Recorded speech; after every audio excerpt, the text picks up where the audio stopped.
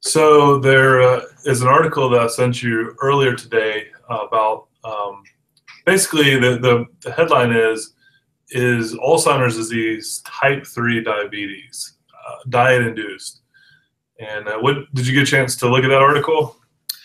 I did, yeah. It was interesting, and just I guess being in the long-term care insurance industry for, gosh, 18 years now, since '98. I've just seen a lot of actuarial changes in the industry during that 17, 18-year period, and which tells me that the companies are kind of beginning to see the correlation too. It's specifically with diabetes. It used to be much easier to get people approved who had diabetes.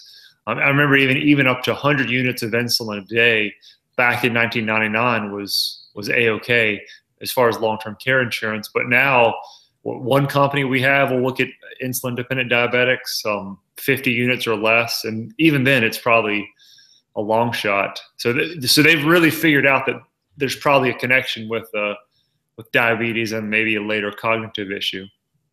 Well, and there's a common list of side effects of diabetes, things like neuropathy and in the extreme kidney disease.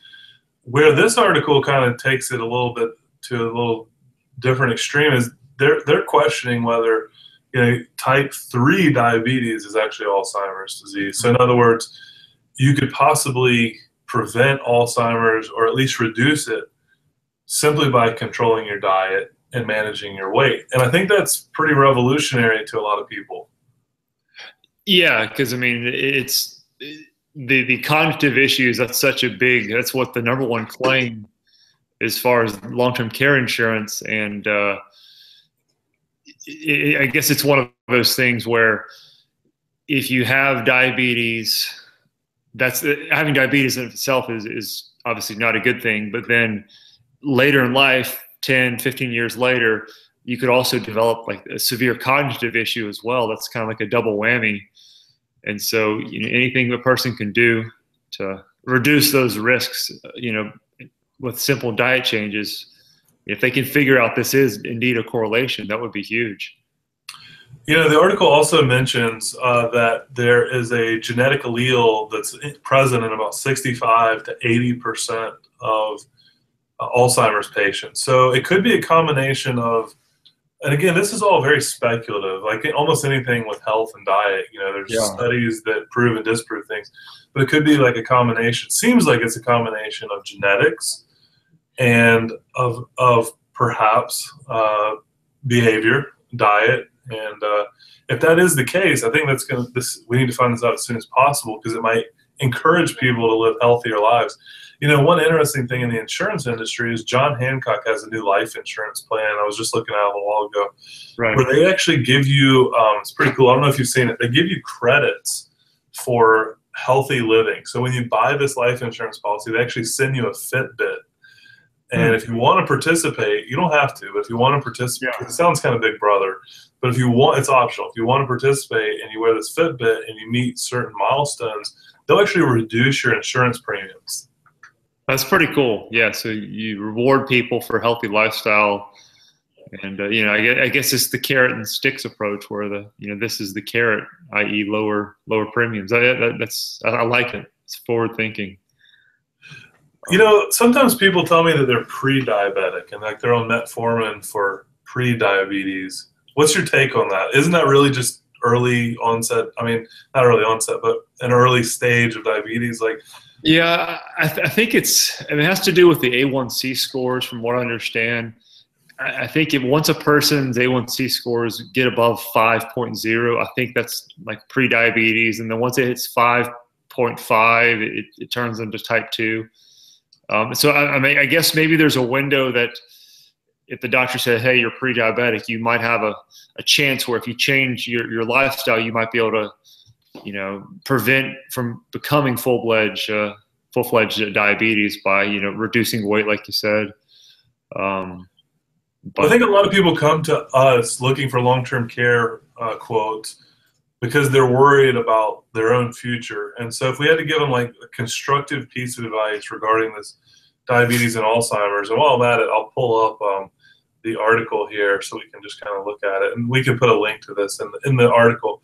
But what would be a constructive piece of advice we could give somebody that's worried about this topic and their health and everything?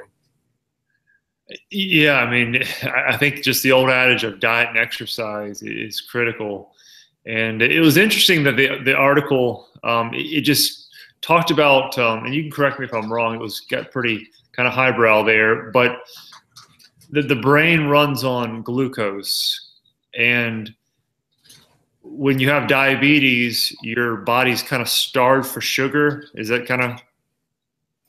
Yeah, so exactly. So when your body is starved for sugar, your brain is affected disproportionately to the rest of your body. It makes sense because, you know, your brain, the amount of blood that is dedicated to keeping circulation through the brain is a very high proportion of your blood. And so it makes sense that just like your kidneys are affected, that your brain would have a very high level of effect when you have deficiencies in your blood sugar.